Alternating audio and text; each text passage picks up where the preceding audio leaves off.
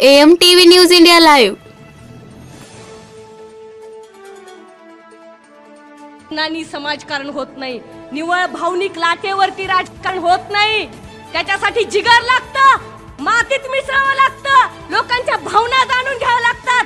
93 चा भूकंप आठवा, इथं दोनच या स्टेजवर असलेले कितीतरी महान नेते, आदरणीय डॉक्टर साहेब असतील, पवार साहेब असतील, अक्षरशः प्रेत उचलून तिथं ते काम करण्याचं काम आमच्या नेत्यांनी केलंय। आणि आज तुम्ही आम्हाला विचारता तुम्ही या भागासाठी काय केलंय? आपण उतणारी मातणारी माणसं नाहीत आणि ज्या ताटात खाल्लंय त्या भाकरीला विसरणारी माणसं नाहीत। ही निवडणूक ऐतिहासिक आहे, तुम्हा सगळ्यांना सांगायचंय, टाळ्यांसाठी बोलणारी मी नाहीये। घराणेशाहीचा आरोप काय राष्ट्रवादीवर करता? अरे ज्या गरीब शेतकऱ्याच्या मुलीला माननीय सुप्रियाताईने उचलून राष्ट्रवादी युवती काँग्रेसचा प्रदेश अध्यक्ष केलं। म्हटलं ताई मला झेडपी पण लढवायची हो, लढव ना, काय प्रॉब्लेम आहे? म्हटलं नाही ताई माझा मतदारसंघ नाहीये, पाडवीचे लोक आहेत, जरा उभा राहा, दिसू द्या मला। ताईंनी मला तिकीट दिलं आणि अक्षरशः माझ्यासाठी दिल्लीतून मला तारीख आठवते 11 फेब्रुवारी 2017 ला डायरेक्ट माझ्या मतदारसंघात आल्या एका गरीबाच्या लेकीला झडपीत पाठवण्यासाठी। तुम्ही विचारता काय करता राष्ट्रवादी काँग्रेस पक्ष? मी म्हणलं ताई गर्दी जमणार नाही बर का, तुम्ही पवार साहेबाची मुलगी आहेत, माझ्यातून जर गर्दी नाही जमली तर तुम्हाला बट्टा लागेल। मला काय म्हणलं त्या काकू, सक्षणा माणसं 10 असू दे, मी कॉर्नर मीटिंग घेईन, लोकांसाठी तुझ्यासाठी रॅली काढेन एखाद्या गल्लीत, मी येणार म्हणजे येणार। त्याला नेता म्हणतात, मोदी सारखं नाही, लोक कितने है म्हणजे मला अजून उत्साह, 1.5 दिवसात कोल उसात ह्या मोदीचा प्रकार। ही मला सांगायचं ह्या निवडणुकीच्या निमित्तानं माननीय राणादादा सारखा सुसंस्कृत माणूस, अहो आयुष्यात कधी कोणाला शिवी दिली नाही। समोरच्या उमेदवाराची भाषण मी बघायले, काय उड्या मारू मारू बोलणं, काय उड्या मारू मारू बोलणं, बोला काय हरकत नाही, पण ओरिजिनल ते ओरिजिनल असतंय, त्यामुळं ती उगाचच अंगात नाही रक्त न हनुमानाचं भक्त, ती हनुमानाची भक्ती घरात दाखवा, निवडून तर राणा जगजितसिंह पाटीलच येणार, ही काळा दगडावरची पांढरी रेघ आहे। आम्ही समाजाच्या हिताचं राजकारण केलंय। 2015 1 कोटी रुपये माननीय राणादादांनी सगळ्या जे शेतकरी आत्महत्याग्रस्त कुटुंब आहेत त्यांच्या विद्यार्थ्यांना वाटले। ओपन चॅलेंज आहे माझं, पत्रकारांना नैतिक जबाबदारीने सांगते, हे खरं आहे, डायलॉग घेऊन टाळ्या पिटणारे आमचं नाहीये, आम्ही खरं बोलतो। ह्या मोदीला आज जर तुम्ही हद्दपार केलं नाही, पुन्हा भीमा कोरेगाव होणार। काओ ह्यांच्याच काळात भीमा कोरेगाव होतं, कशामुळे होतं? दलितांना जगण्याचा अधिकार नाही काय? 93 तुम्ही नाम विस्ताराचा दिवस आठवा, जुन्या लोकांना विचारा, शिवसेनेची लाईन काय होती मराठवाड्यात, ज्याच्या घरात नाही पीठ त्याला कशाला पाहिजे विद्यापीठ? का पोटात दुखतं काय गरीबाचं? पोटात दुखतं, पण तेव्हा सुद्धा आदरणीय पवार साहेबांनी विचार केला नाही। साहेबांच्या साथीदारांनी सांगितलं होतं, साहेब तुमची सत्ता जाईल, मराठवाडा पेटलाय, साहेब म्हणले सत्ता येईल जाईल, पण त्या दलितांच्या साठी नाही, त्या महामानवाचं काम जगात उल्लेखनीय आहे, ते नाव दिलं पाहिजे, असा विचार कोण करतो? आता कुठं माझ्या अहिल्यादेवीचं नाव दिलंय सोलापूरला मतावर डोळा ठेवून। पण मला माहिती आहे धनगराची काठीण घोंगड काय असतं, त्या मोदीला, त्या नरेंद्र मोदी आणि त्या फडणवीसला माहित नाही। त्या फडणवीसला मला सांगायचंय, नाही येणाऱ्या काळात आत्ताची लोकसभा आणि येणारी विधानसभा त्या काठीनं घोंगड्यानं बडवून काढलं तर आम्ही नाव नाही सांगणार महाराजात, शिव छत्रपती शाहू फुले आंबेडकरांचे वारसदार म्हणून। म्हणूनच मला सांगायचंय, विचार करून मतदान करा। ज्यांनी 50% महिला आरक्षण दिलं, झेडपीला बायका किती आहेत? चव्हाण साहेब तुम्ही तिथं बसलात, आज वंजारी महिला सुद्धा झेडपीत येतात, धनगर पोरगी येते, कोळेची पोरगी येते, ही ह्यांची देण आहे, साहेबांची देण आहे। ती गरीब आला पाहिजे समाज घटकात, ते आपण विसरायचं? आज देणं करी लागतो आपण। मतांचं राजकारण माननीय पवार साहेबांनी केलेलं नाहीये आणि माननीय ताई पण करत नाहीत, म्हणून सगळ्या घटकांना न्याय देतात। अशा नेतृत्वाला, अशा पक्षाला आपण पुढे नेलं पाहिजे आणि माननीय राणादादांना गुलाल 100 पोती आपण उधळायचा आहे, सोबत बेल भंडार पण उधळायचा आहे। जय हिंद, जय महाराष्ट्र, जय राष्ट्रवादी। थँक्यू, धन्यवाद। मला वाटतं या प्रचार सभेचा एक घणाघाती आरंभ सक्षणा सलगर यांच्या भाषणाने झालाय। सक्षणा सलगर या युवती काँग्रेसच्या प्रदेशाध्यक्षा आहेत। या सभेसाठी आपण ज्यांची आतुरतेने वाट बघत होतो ती अतिशय दिग्गज व्यक्तिमत्व आपल्या समोर आहेत। त्यांचा आपण या ठिकाणी सन्मान करून या सभेचा प्रारंभ करतो आहोत।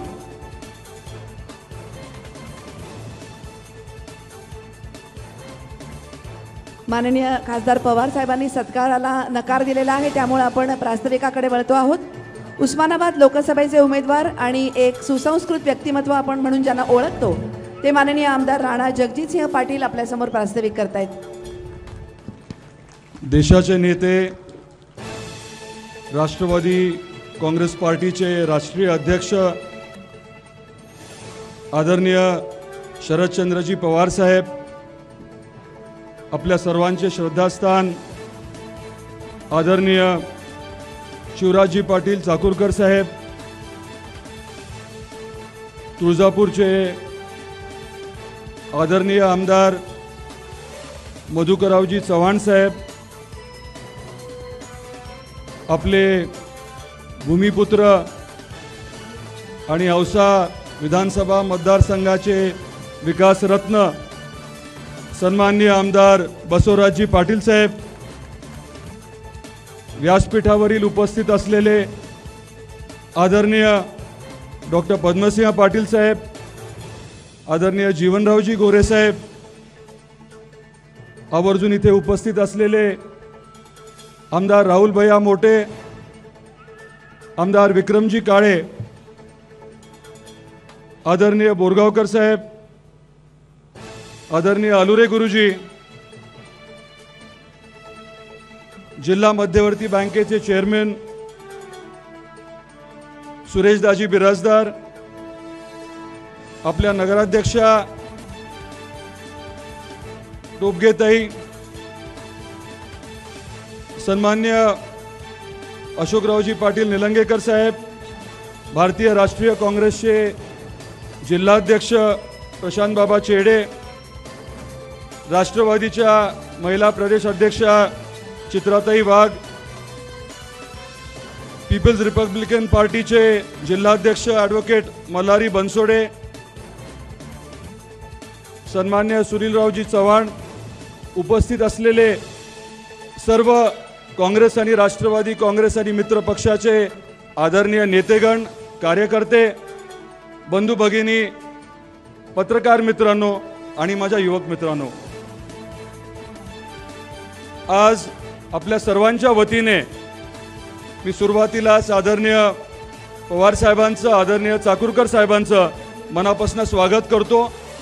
टाळ्यांच्या गजरात आपण देखील त्यांचं स्वागत करावं अशी आपल्याला विनंती करतो। 18 एप्रिलला मतदान आहे। उस्मानाबाद लोकसभा मतदारसंघाचा खासदार आपल्याला ठरवायचा आहे। पुढचे 5 वर्ष लोकसभेमध्ये आपला आवाज म्हणून एक प्रतिनिधी द्यायचा आहे। आपल्या समस्या मांडणारा, आग्रही भूमिका, आक्रमक भूमिका ठेवून ते प्रश्न मार्गी लावणारा, केंद्राच्या योजना खेचून आणणारा, केंद्राचा निधी खेचून आणणारा असा व्यक्ती आपल्याला लोकसभेत पाठवायचा आहे। 5 वर्षापूर्वीची थोडी मी आठवण आपल्याला करून देतो। तेव्हाची परिस्थिती अशी होती, कुठेही बघा, टीव्ही बघा, पेपर बघा, सोशल मीडियावर बघा किंवा रेडिओ ऐका, सगळीकडे आपल्याला एकच बघायला मिळत होतं। एक स्वप्न रंगवलं जात होतं, अच्छे दिनचं स्वप्न। प्रत्येकाच्या खात्यावरती 15 लाख येणार होते, बेरोजगारी कमी होणार होती, महागाई कमी होणार होती, शेतकऱ्याला दुप्पट उत्पन्न मिळणार होतं, सगळ्यांना सगळंच मिळणार होतं, प्रत्येकाला आरक्षण मिळणार होतं। जे म्हणेल ते प्रत्येकाला देण्याचा निर्णय जसा काही जाहीरच केला जात होता। आणि या भूलथापांना देशाची जनता बळी पडली आणि ज्यांना निवडून दिलं त्यांनी गेल्या 5 वर्षात काय केलं हे आपल्यापैकी प्रत्येकाने बघितलंय आणि अनुभवलंय। जीएसटी आणि नोटबंदीमुळे लाखो छोटे मोठे व्यवसाय बंद पडले, बेरोजगारी तर वाढलीच, महागाई तर वाढलीच, परंतु परिस्थिती अशी आहे की डॉक्टर बाबासाहेब आंबेडकरांनी जे संविधान तुमच्या माझ्या संरक्षणासाठी तयार केलं, ज्या संविधानाच्या माध्यमातून हा देश चालतो, हे संविधान बाजूला ठेवून गेले 5 वर्ष जे सत्तेत आहेत, केंद्रात आहेत, राज्यात आहेत, ते काम करत आहेत. आपल्या उस्मानाबादची परिस्थिती काय? शिवसेनेचे पालकमंत्री गेले 5 वर्ष शिवसेना केंद्रात सत्तेत, 4-4.5 वर्ष राज्यात सत्तेत. गेल्या 5 वर्षात या शिवसेनेच्या माध्यमातून आपल्या उस्मानाबाद जिल्ह्यात एक तरी मोठी योजना आली का? एक तरी मोठा प्रकल्प त्यांनी आणला का? एक तरी मोठा उद्योग आणला का? हा जाब तुम्ही निश्चितपणे विचारावा लागणार आहे. अमर्याद सत्ता यांच्याकडे होती 5 वर्ष. आपल्या उस्मानाबादला काय दिलं? आणि हे विचारतात 70 वर्षात काय केलं?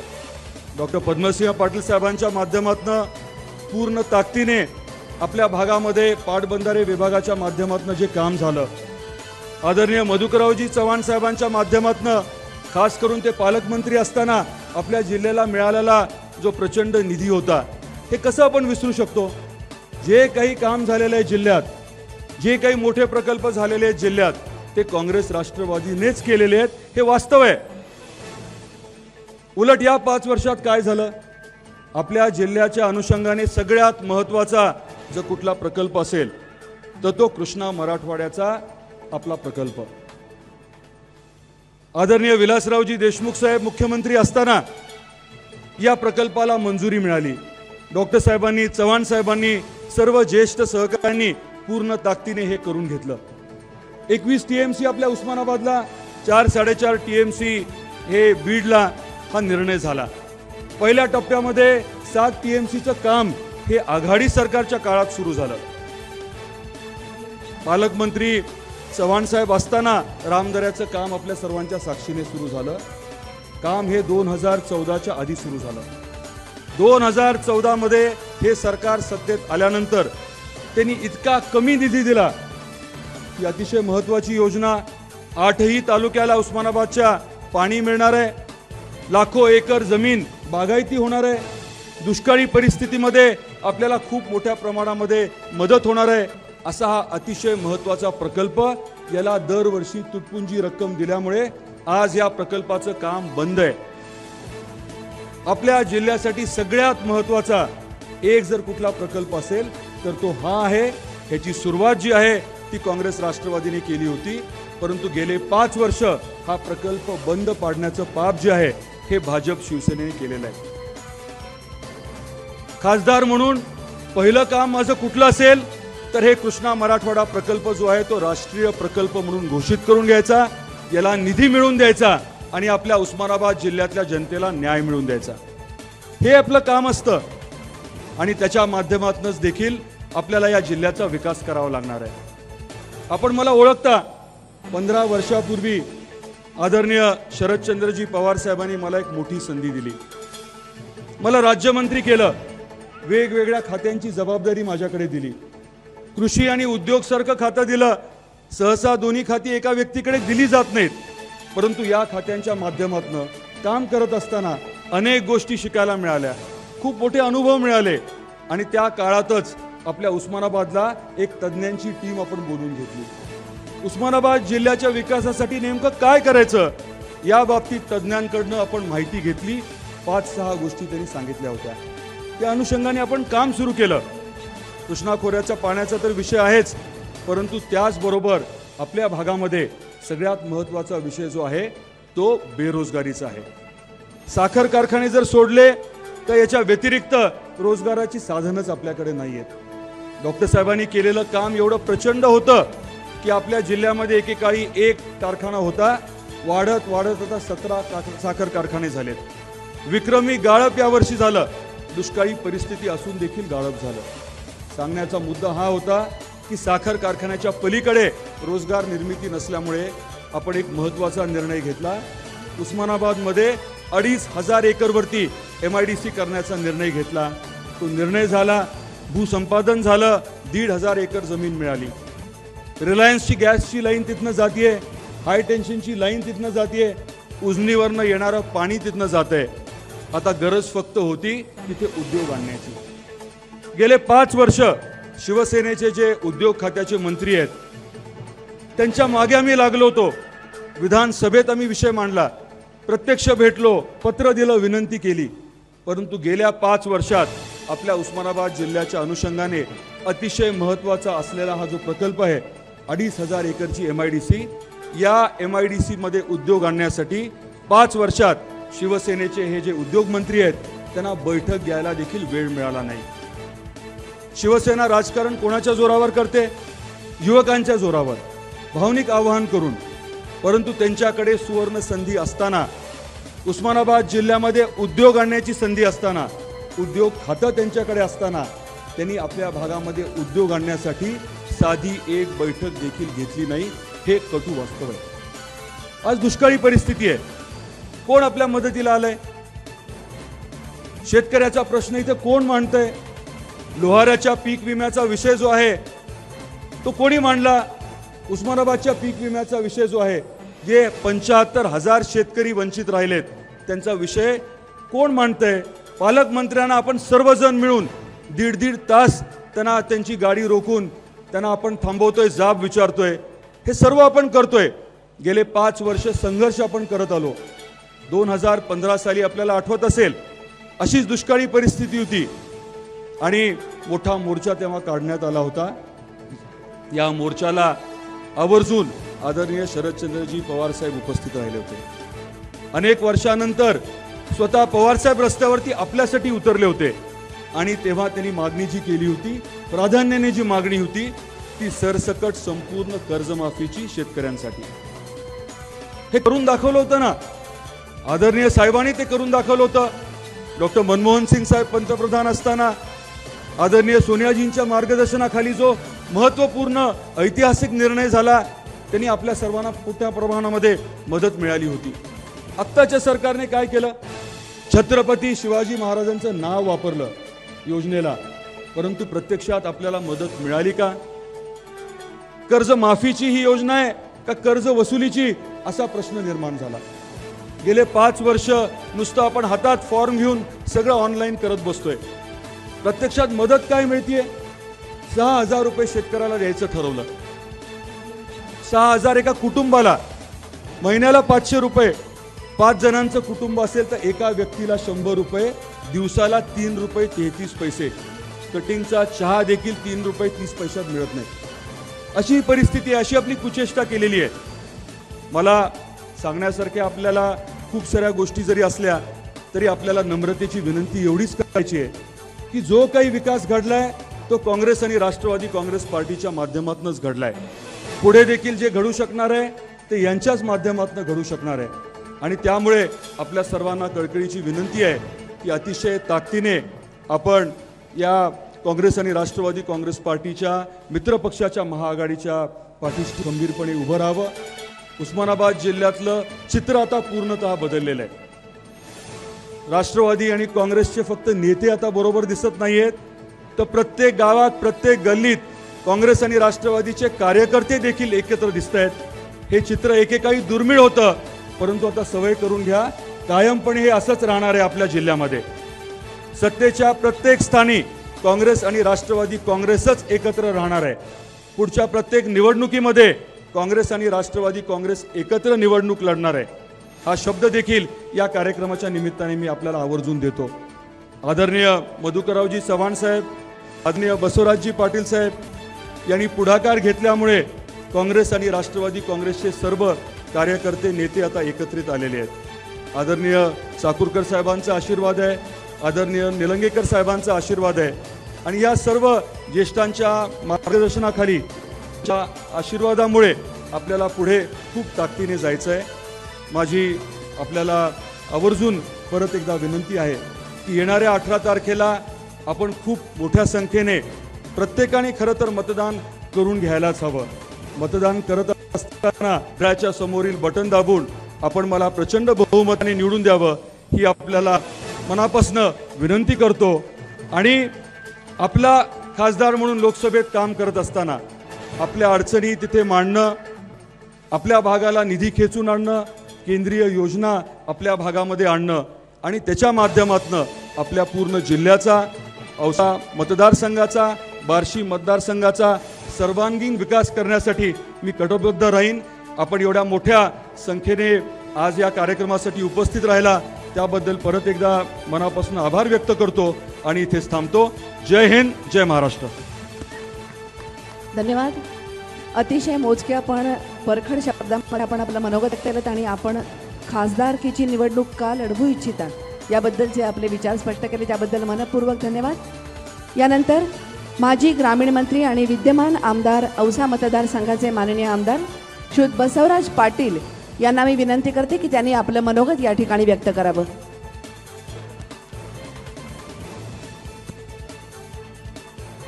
तत्पूर्वी राष्ट्रवादी काँग्रेसच्या प्रदेशाध्यक्षा माननीय चित्राताई वाघ या आपलं मनोगत या ठिकाणी व्यक्त करतायत. त्यांचं आम्ही या ठिकाणी स्वागत करतो आहोत.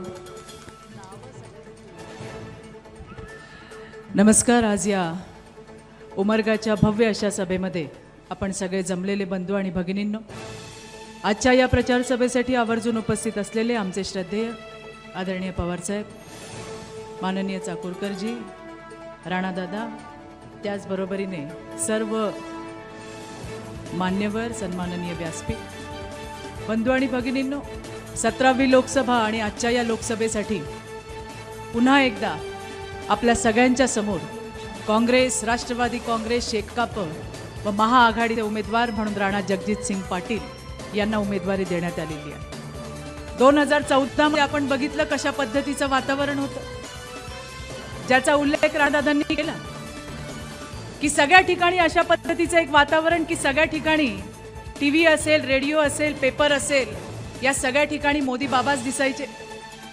आणि आता तरी आपण कुठे असं म्हणतोय की हे सरकार भारतीय जनता पार्टीचं.